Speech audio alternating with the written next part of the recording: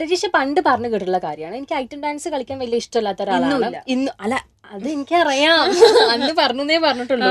ഷാജി അങ്ങനല്ലല്ലോ പറഞ്ഞത്. ഷാജി എന്താണെങ്കിലും ഇപ്പോ ചർച്ചാ വിഷയം രജീഷ വിജയന്റെ ഐറ്റം ഡാൻസ് ആണ്. കേട്ടതൊക്കെ ശരിയാണ് പിള്ളേച്ച. മന്ദാരമലമേലെ കുമ്പാരമഴമേഘം ഇടയും നേരത്തെ കാറ്റാണു നീ. എന്റെ ഈശോ മിശിഹാത്തമ്പുരാനെ, ഒരു കുരിശ് എങ്ങനെയെങ്കിലും ഇറക്കി വെക്കാന്ന് വിചാരിക്കുമ്പോ ദേ വന്നിരിക്കുന്നു വേറൊരു കുരിശ്. ഇതൊരു നടക്ക് പോണ കേസല്ല. 5-6 കടലോളം മണ്ണാകെ ഒഴിയുന്ന കൊള്ളാം, യവനാള് കൊള്ളാം. എന്താ പേര്? തിരയെ ചേർക്കുന്ന കൂട്ടാണു നീ.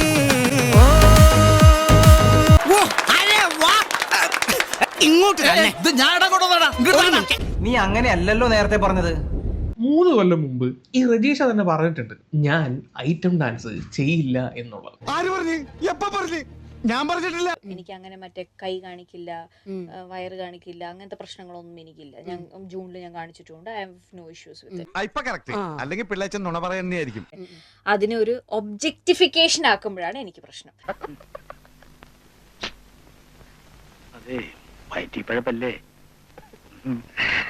ഐറ്റം ഡാൻസിൽ എന്റെ പ്രശ്നം എന്ന് പറഞ്ഞാൽ, ഐറ്റം ഡാൻസിൽ വരുന്ന പാട്ടിന്റെ ലിറിക്സ്, അതിൽ കാണിക്കുന്ന മൂവ്സ്, വെച്ചിരിക്കുന്ന ക്യാമറ ആംഗിൾസ്, പോയിരിക്കുന്ന സൂം ഔട്ട്, വയറ്, കൈ, ഞാൻ പറഞ്ഞ മനസ്സിലായില്ലേ? ദൈവമേ, പറഞ്ഞതപ്പത്തോയ.